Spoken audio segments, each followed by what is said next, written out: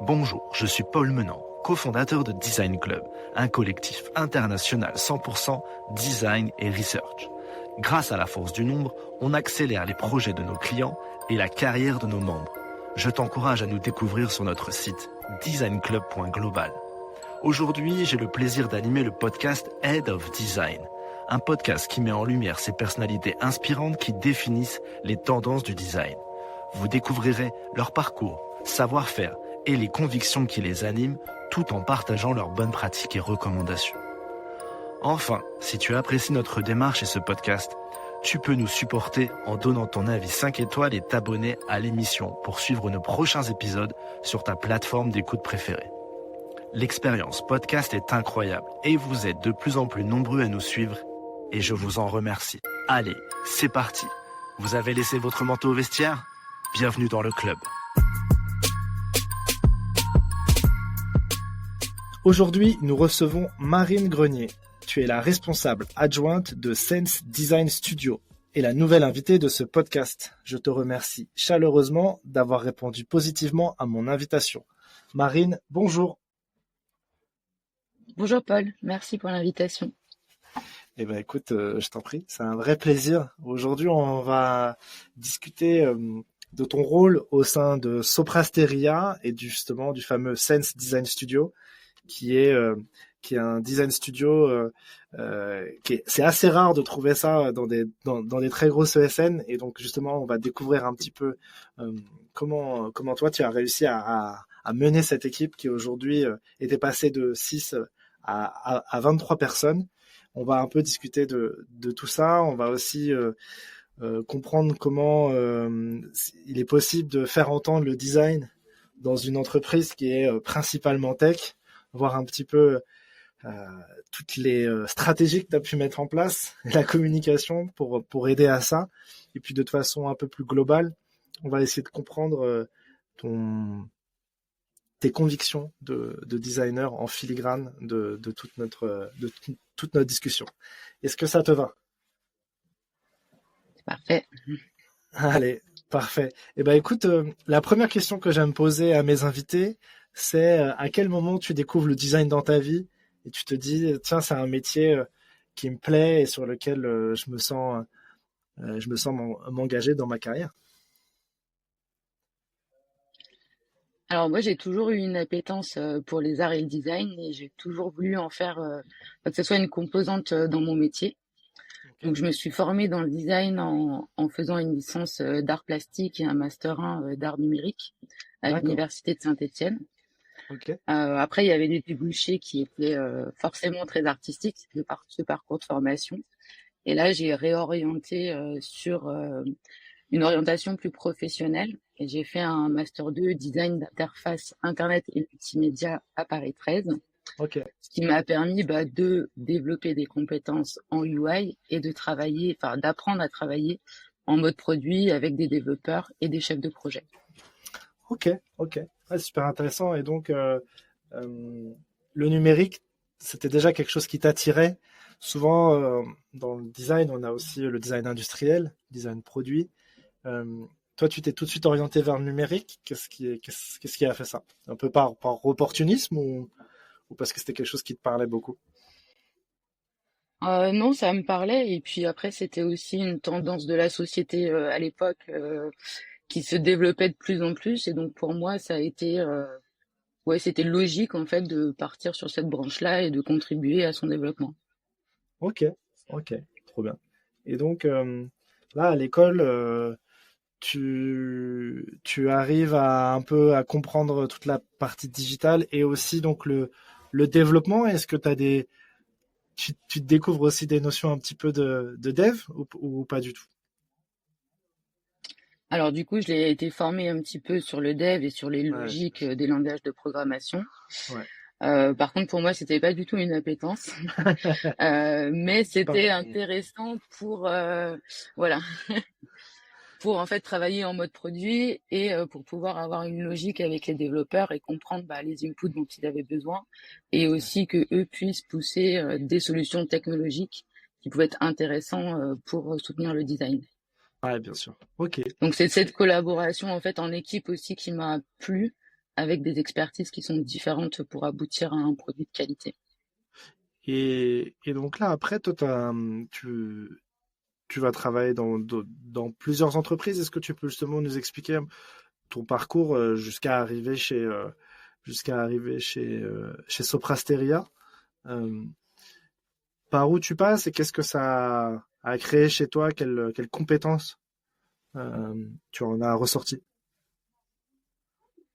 Donc j'ai commencé ma carrière dans une agence de communication sur Paris qui était de taille moyenne. Donc je suis rentrée en tant que graphiste multimédia et puis j'ai évolué sur un poste de directrice artistique web. Mes missions principales, c'était de créer donc des chartes graphiques pour des sites internet ou des applications. D'accord. Et c'était à destination de plusieurs clients et secteurs d'activité.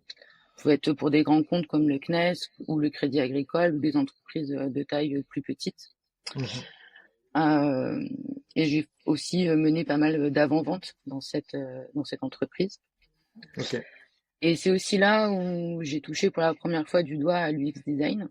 Ok. On m'a embarqué sur un projet de refonte du site de l'INRS, qui est l'Institut national de recherche et de sécurité pour la prévention des accidents du travail et des maladies professionnelles. C'est un Oh, ça grand tu nom. l'as. Ouais, t'as réussi à le sortir de tête, bravo, hein, bravo Marine. Donc j'ai été embarquée sur des ateliers utilisateurs. J'ai pu voilà, mener des réflexions à partir de ces insights pour poser une hiérarchie de l'information, des parcours utilisateurs. Ok. Donc Ouais. ça, c'était il y a plus de 10 ans. Et pour l'anecdote, je vais souvent voir ce site et il est toujours en ligne. Donc ça me Ah, fait marrer et ça me bah montre bien aussi que quand on prend en compte les enjeux et les usages, on peut faire un produit qui est durable. ouais, tout à fait. Après, il aurait peut-être besoin d'un petit coup de neuf côté UI sûrement, mais Bien sûr. pour se remettre au goût du jour. Bah, ça pourra peut-être un futur client, mais ok, ouais. Donc c'est là où euh, tu vas rencontrer tes premiers utilisateurs. Tu vas vraiment pousser cette façon de travailler user-centrique avec de la recherche et avec de l'atelier où tu essayes de mettre tout le monde autour de la table. J'imagine que si tu me dis ça il y a 10 ans, moi, pour être franc, dans les échanges que j'avais eus avec les organismes étatiques, il y a 2, 3 ans, c'était déjà un peu compliqué parfois d'expliquer ce que c'est que le design, et que ils étaient plutôt dans proposez-nous un nouveau site, et puis on achète ou on n'achète pas, entre guillemets, en mode tunnel. Là, il y a 10 ans, dans, dans un dans une entreprise, dans une organisation que tu nous as cité, j'imagine qu'il n'y avait pas une maturité forte en design, ça a dû être assez nouveau pour eux. Après, c'était forcément un projet différent des autres projets. C'était pas le positionnement de la boîte et je pense que la demande client a apporté en fait cette réflexion et la méthodologie qu'on a pu y poser. Ouais. Moi, on m'a embarqué sur ce projet-là, ce qui m'a fait découvrir. Je pense que les enjeux, ils avaient énormément de documentation, donc il fallait arriver à poser une expérience utilisateur et catégoriser tous ces documents, voilà, de leur côté. Ok. Et, euh, et ensuite, tu continues dans ta carrière, tu changes aussi d'agence et tu passes aussi freelance, c'est ça? Ouais, c'est ça. Donc, je suis passée freelance pendant 2 ans donc, en tant que directrice artistique. J'ai mené ça. Ça m'a permis aussi un petit peu de voyager, de faire un court passage en Angleterre. Mhm. Et pour moi, ça a été Trop une bien. bonne expérience. C'était formatrice, assez formateur et un peu difficile à la fois parce que au-delà de la compétence en UI, il faut gérer aussi tout ce qui est commerce et administration et ça, on est un petit peu seul pour le faire. Donc voilà, assez challengeant sur ces sujets-là. Et j'ai réalisé 2 choses à travers cette expérience. La première, c'est que j'aimais énormément travailler en équipe. Je me sentais un peu esseulée en fait dans Ouais. ce parcours-là. Aussi que j'aimais collaborer avec d'autres experts pour avoir des sujets un peu plus complexes et que j'avais aussi envie de me développer sur le UX design. Donc c'est là où je me suis vraiment attaquée au sujet, que j'ai commencé à m'auto-former pour pouvoir l'intégrer dans ma méthodologie et me développer là-dessus. Ok. Et donc c'est en 2018 du coup j'ai intégré Soprasteria et où ils m'ont ouvert un poste d'UX design. Ok. Et donc là, en 2018, Soprasteria, dans le monde du design, c'est comment ils sont organisés, dans quel environnement tu arrives? Alors chez Soprasteria c'est une énorme entreprise qui a une structure assez complexe. Donc moi je suis arrivée sur Toulouse et on est plutôt baigné dans le secteur de l'aéronautique.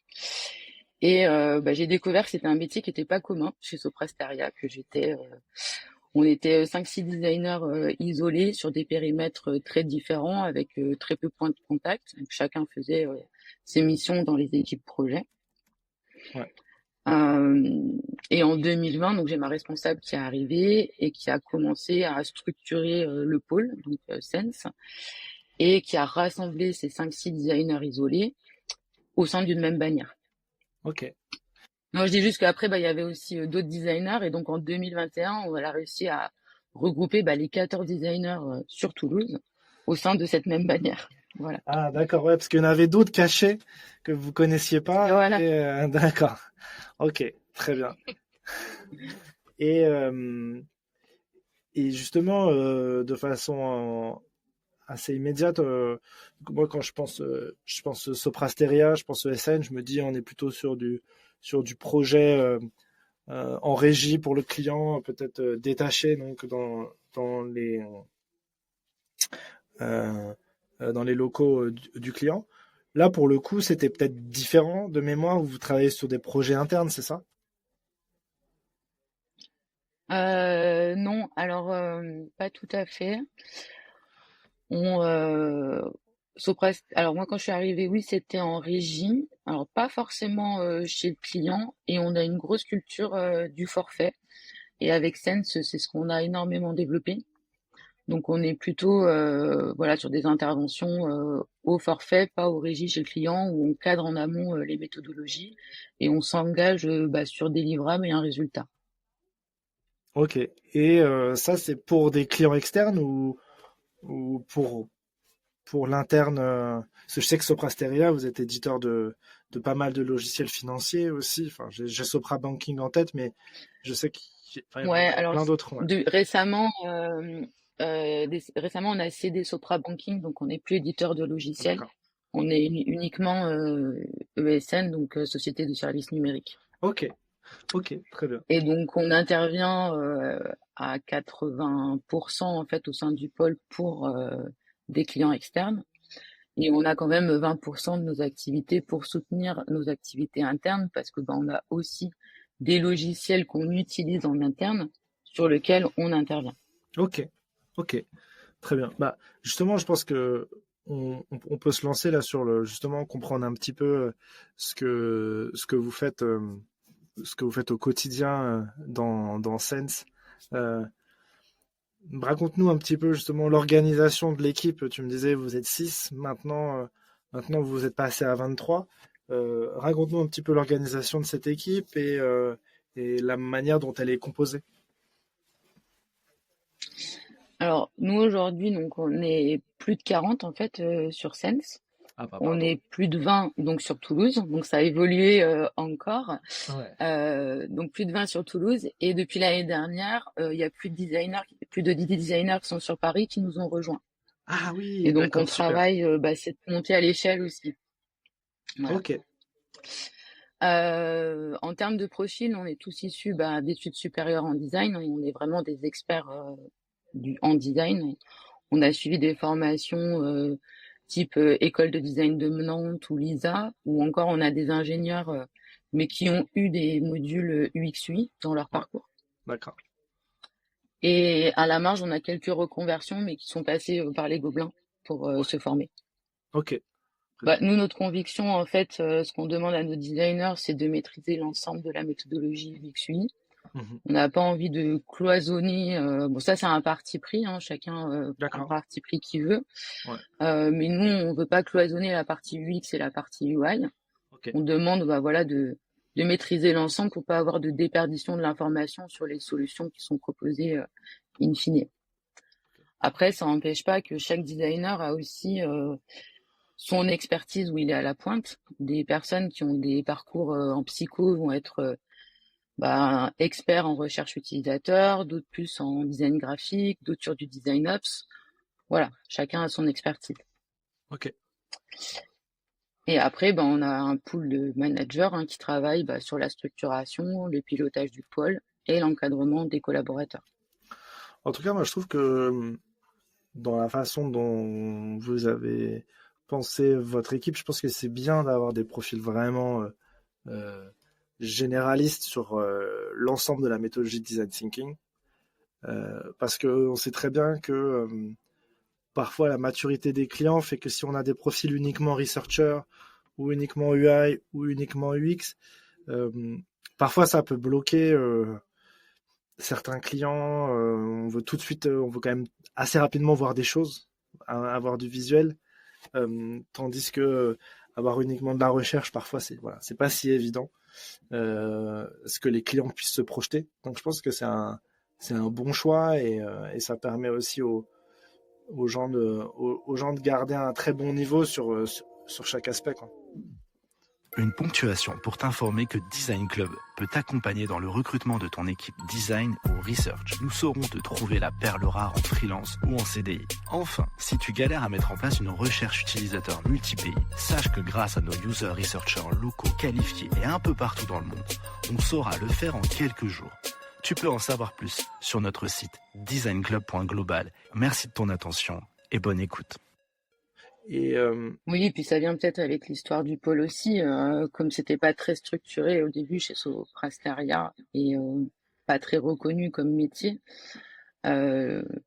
L'idée, c'est que si on n'avait que des personnes qui étaient experts en UI, on pouvait pas mener ces recherches aussi en amont et les pousser auprès du client. Ouais. Justement, aujourd'hui, comment tu verrais, comment tu pourrais me décrire l'impact du design chez Soprasteria? Est-ce que aujourd'hui faire appel à votre équipe lorsqu'il y a j'imagine souvent des avant-ventes, c'est peut-être là où vous intervenez beaucoup, et puis après dans le dans le faire, est-ce que maintenant c'est un réflexe qui est pris et qui est bien intégré? Alors ça évolue et c'est de mieux en mieux. Pour te donner une grandeur, on est 20 000 en France chez Soprasteria. Wow. C'est divisé en secteurs d'activité. Donc, oui, c'est fait beaucoup d'interlocuteurs et ça, c'est un grand challenge à plusieurs niveaux. Des directeurs, des gammes, des commerciaux, des chefs de projet. Donc, on interagit avec tout ce monde-là. Et même si aujourd'hui, on est 40, on n'est pas 40 managers à interagir avec tout cet écosystème en avant-vente. Et donc, il faut travailler avec tout le monde. Donc, on a des niveaux de maturité qui sont très différents. Donc oui, on travaille sur les avant-ventes et on n'intègre que des projets où on a pu les cadrer en avant-vente. Mais on a encore des cas aujourd'hui isolés où ils ont cadré pour nous et puis ils nous appellent après. Donc voilà, ouais. On transforme petit à petit toutes ces personnes, mais ça prend du temps. Ouais, je comprends. Et donc toi, j'imagine qu'aujourd'hui, ton quotidien, c'est d'aller, j'allais dire, serrer le plus de mains à l'intérieur de Soprasteria pour qu'on fasse appel à votre team.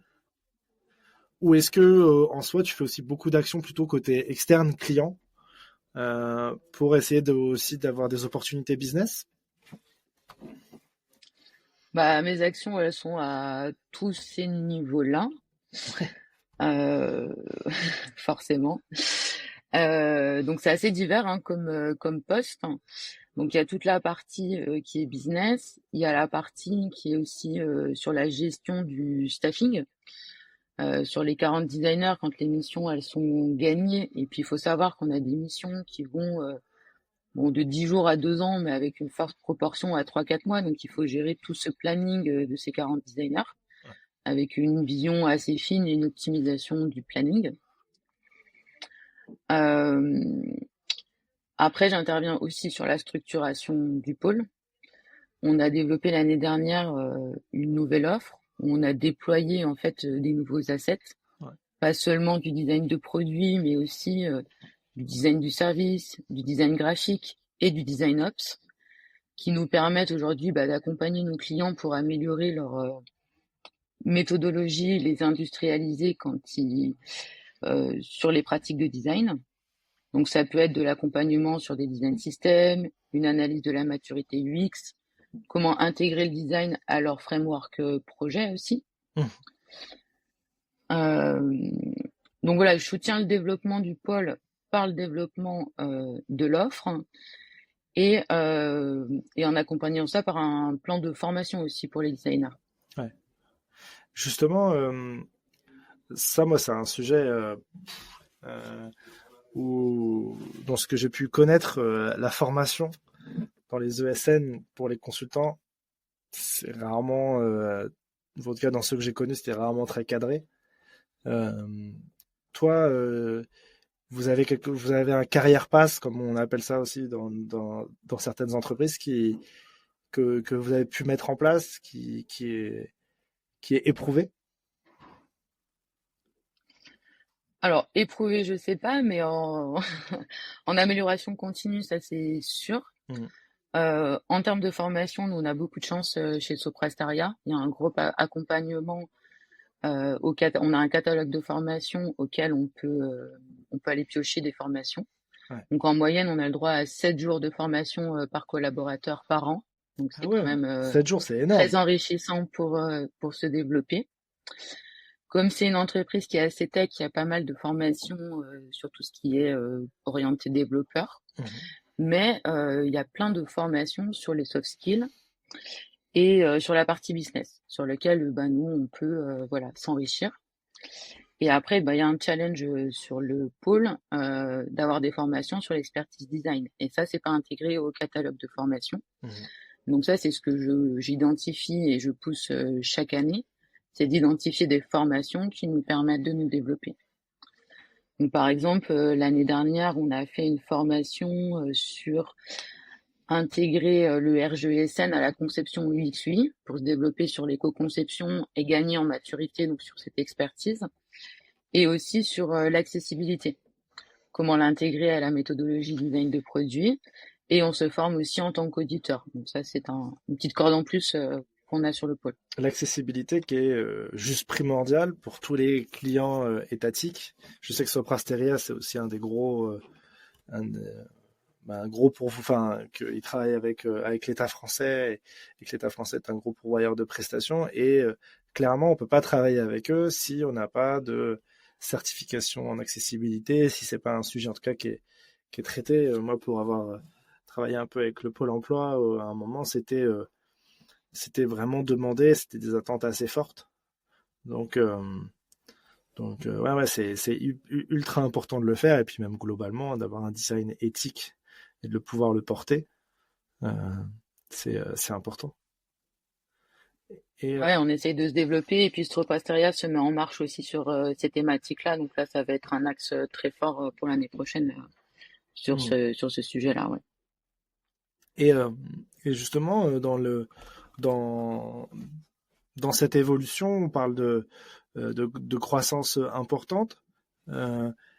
Recruter des designers, c'est jamais simple. Et j'imagine recruter des designers quand on est Soprasteria, ça doit être encore un tout petit peu plus compliqué, parce que on a une image plutôt tech, plutôt développement. Il y a aussi l'image du consulting. Et moi, j'y étais pendant 10 ans. J'ai adoré. Je conseille à tout le monde de faire du consulting.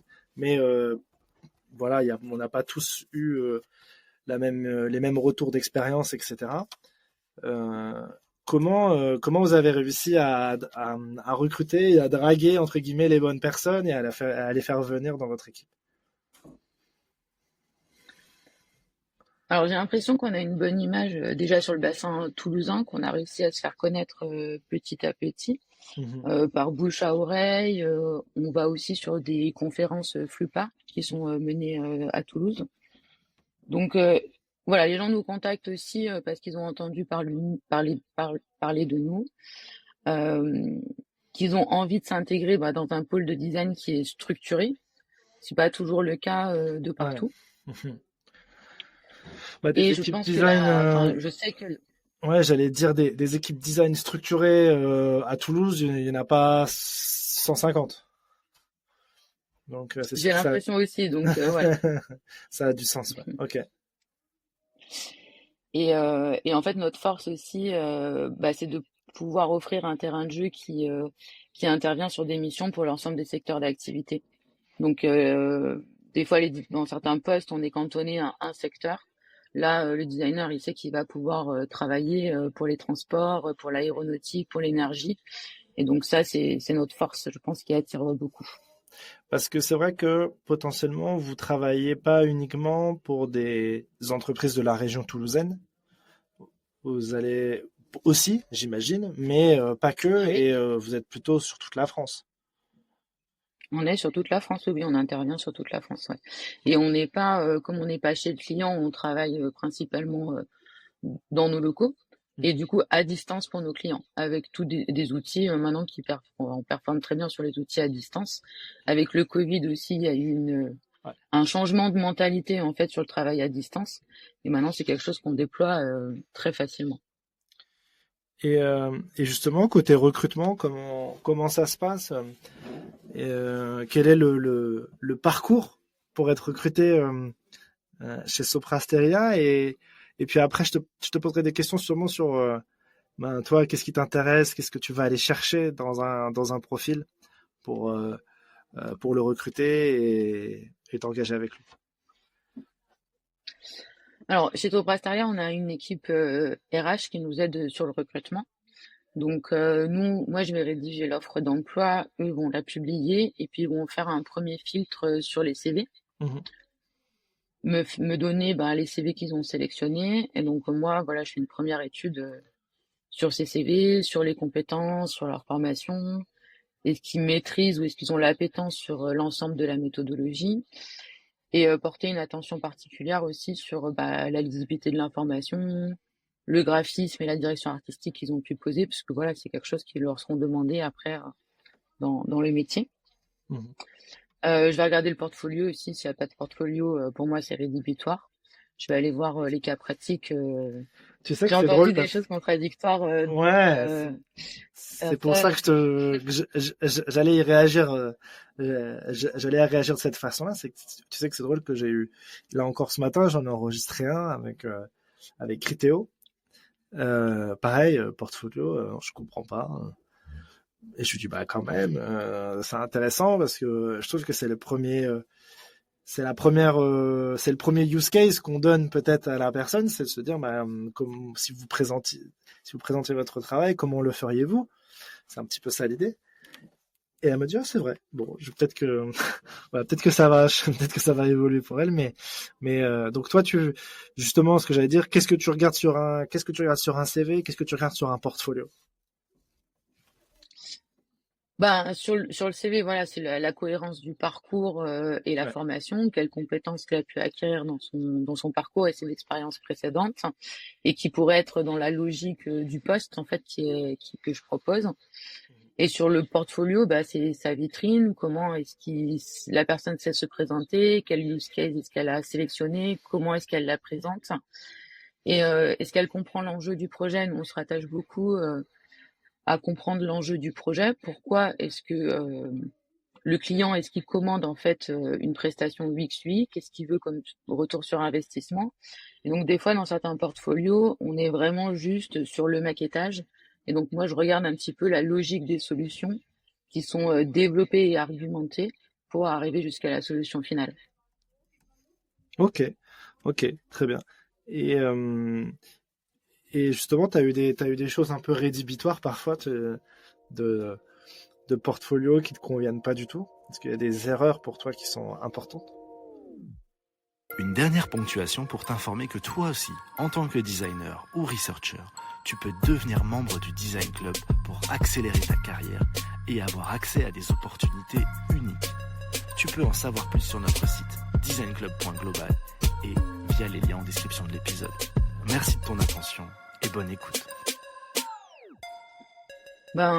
Des erreurs, je sais pas. En tout cas, des présentations de projets qui sont pas en cohérence avec le poste avec lequel je propose, oui.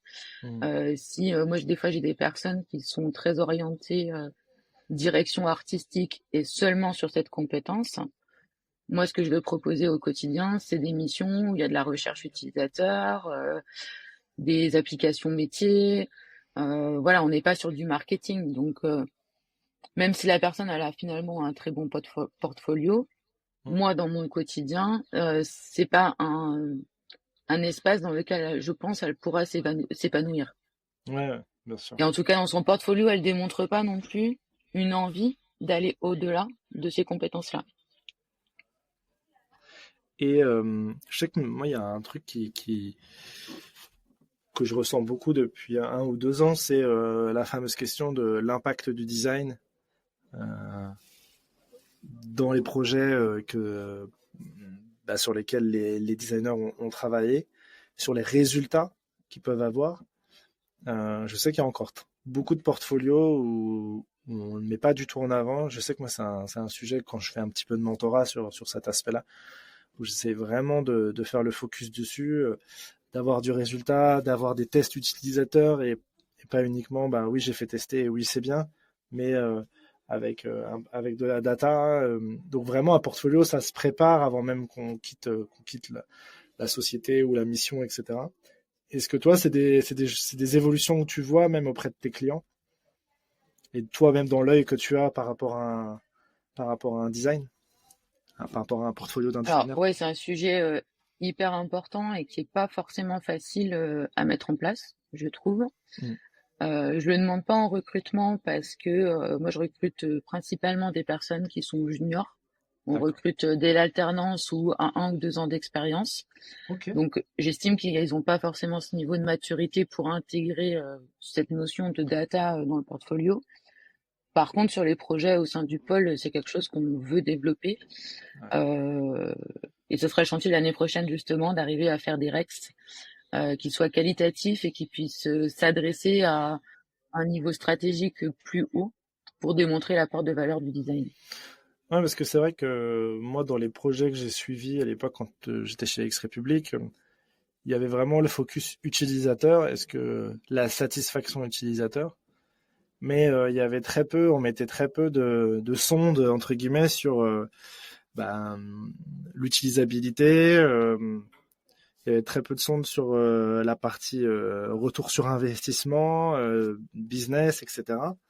Euh, je trouve que, moi, je me rappelle, je me battais assez souvent pour avoir des tests SUS, intégrer du test SUS en début et en fin de projet.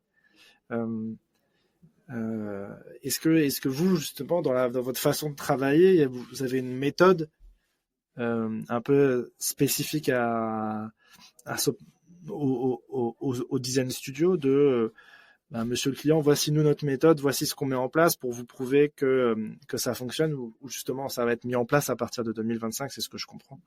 Est-ce, est-ce que justement tu as peut-être des petites choses Alors, ouais, à nous teaser sur ça?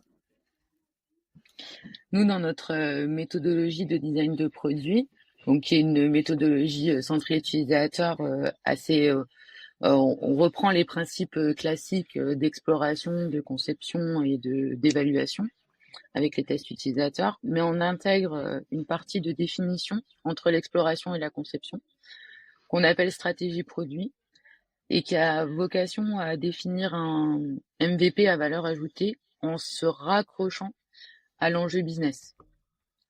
Donc c'est notre différenciant et, et là-dessus on va aller câbler chaque proposition de solution ou de fonctionnalité à l'impact et aux bénéfices utilisateurs qui se raccrochent à l'enjeu business. Ok, ok, ok, Et on très clair. va poser dessus des KPI qui sont associés, qui vont permettre de mesurer quand le produit sera implémenté ou lors des tests utilisateurs, Ouais. bah, qu'on a atteint ces enjeux. Ok, ok. Donc si Est-ce on que veut, voilà, pour un cas pratique qui ouais, veut gérer, gagner en performance et en productivité, donc ça c'est l'enjeu business. L'idée c'est peut-être de traiter plus de dossiers et l'utilisateur, lui, il a peut-être beaucoup de redondance dans la gestion de ses dossiers. Bah, c'est en lui permettant d'avoir moins de redondance, des fonctionnalités qui permettent moins de redondance dans la gestion de ses dossiers, qui vont permettre à l'entreprise euh, de valider ces enjeux. Ok, ok, très clair, très clair. Et ça, voilà, les designers, nous, on les forme en fait sur cette méthodologie parce que c'est souvent des méthodologies qu'ils voient pas à l'école ou dans d'autres entreprises. Ouais, Et donc nous, encore. on les encadre et on les forme, voilà, pour monter en compétences sur cette stratégie produit. Ok, ok, trop bien. Euh, Là, justement, en 2025, tu me disais croissance prévue aussi euh, qui sera sûrement importante. Comment vous voyez un peu le marché chez Soprasteria? Je t'avoue que nous et les quelques entreprises que je connais dans le monde du design, c'est un peu compliqué.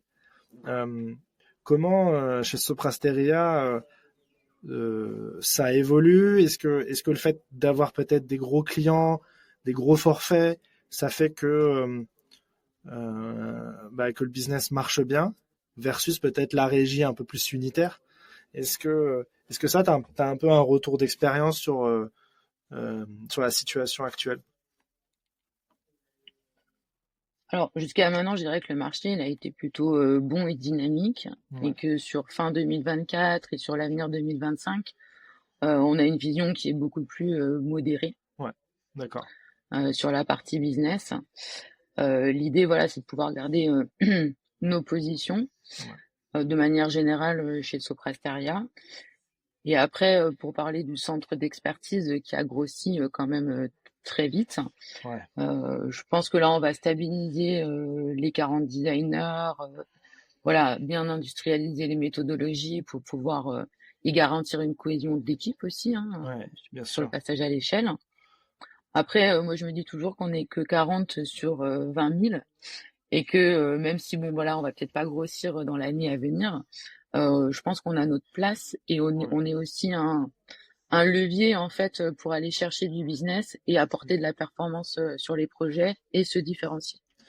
Et justement, pour faire tout ça, toi, tu interviens sur les avant-ventes, mais j'imagine qu'en interne, chez, euh, euh, chez Soprasteria, et tu dois avoir pas mal d'actions pour aller présenter l'équipe.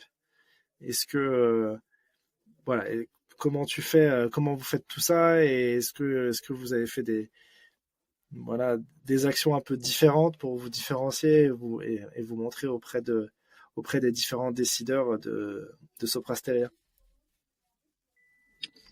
Ouais, l'année dernière, on a présenté notre projet au COMEX de l'entreprise. Donc, on a eu la chance d'avoir une petite place pour Trop bien. présenter le pôle et notre ambition.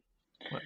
Euh, on a été soutenu dans l'initiative et donc on continue de travailler avec ce sponsoring au COMEX pour pouvoir placer ce pôle de manière plus structurée et encore plus haute dans l'entreprise pour qu'elle ait plus de poids.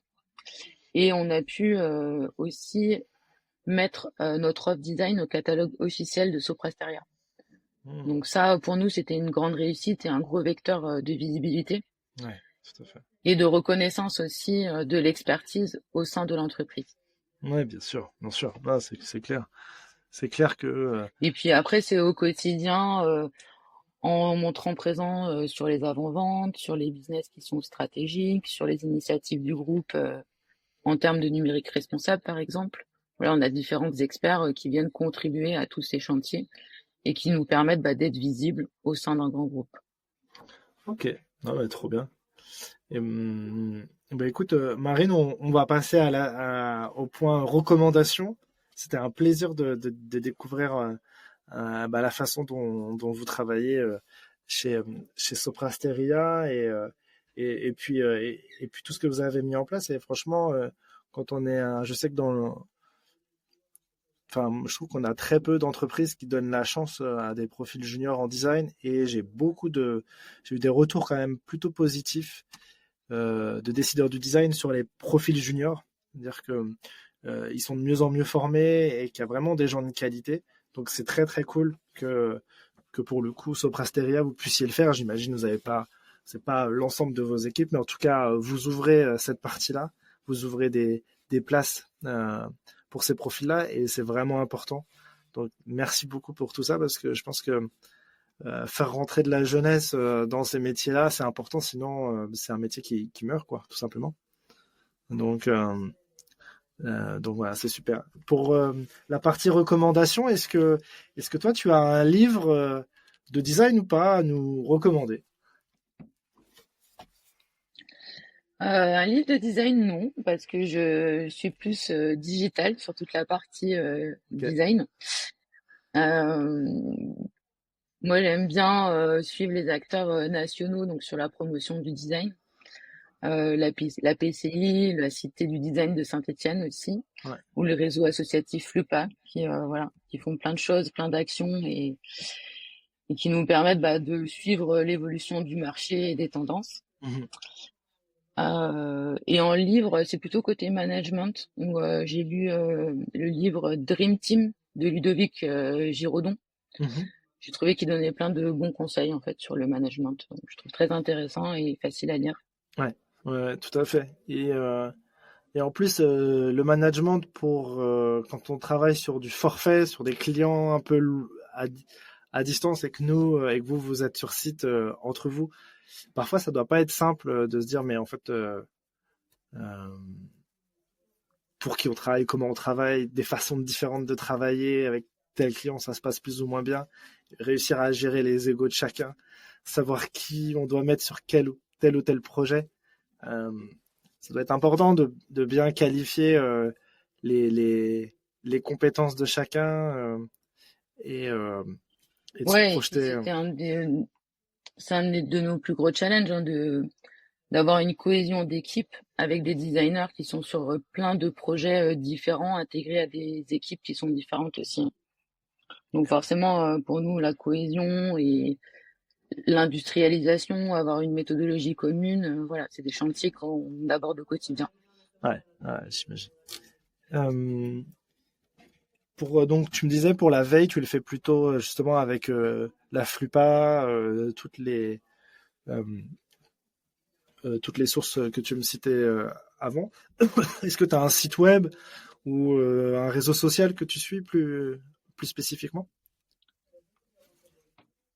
Moi j'aime bien la Grande Ourse ou Usabilis. Après, je suis beaucoup tous ces acteurs sur LinkedIn, et ça me permet d'avoir un flux en fait continu de tous les acteurs dans le design avec toutes les actualités. Ouais, je suis d'accord. C'est LinkedIn. Bon, après, si on arrive à bien ajouter les bonnes personnes et tout ça, on peut avoir pas mal d'informations. Et enfin, les deux questions les plus complexes de ce podcast, c'est est-ce que tu as un film à nous recommander et un album de musique? Oui, j'ai trouvé. En film, moi j'ai beaucoup aimé. Bon, il est un petit peu vieux maintenant, mais c'est Les Émotifs Anonymes. Je sais pas si tu l'as vu, avec Benoît Poelvoorde et Isabelle Carré. J'adore Benoît Poelvoorde. Trop bien. C'est deux personnalités qui sont atypiques, qui ont une grande timidité et qui vont relancer une entreprise qui gère du chocolat. Ouais, donc c'est très tendre, c'est drôle, voilà, c'est un univers burlesque qui est très sympathique. Ok, trop bien. Et un album? Moi j'aime bien Deluxe. C'est un groupe français d'électropop et ils ont plein d'influences en fait dans leur musique, donc ils ont vraiment créé leur propre univers musical. C'est festif, c'est scénique. Ok, je connais pas du tout, mais on va aller, très bien. Et écoute, on va aller regarder et écouter tout ça. Et puis écoute, Marine, merci pour ce moment. C'était ultra instructif. Et puis écoute, je te souhaite le meilleur pour la suite, pour le Sense Design Studio. Et puis on continue de se suivre sur les réseaux. À bientôt. Merci beaucoup, Paul, pour l'opportunité. À bientôt. Au revoir. Merci d'avoir écouté le podcast Head of Design. L'expérience à vos côtés est incroyable et je vous en remercie chaleureusement. Si tu veux aller plus loin, je te laisse m'ajouter sur LinkedIn. Je serai ravi de pouvoir débriefer avec toi des épisodes. Allez, le club ferme ses portes. J'espère que vous avez apprécié le moment et on se revoit très très vite.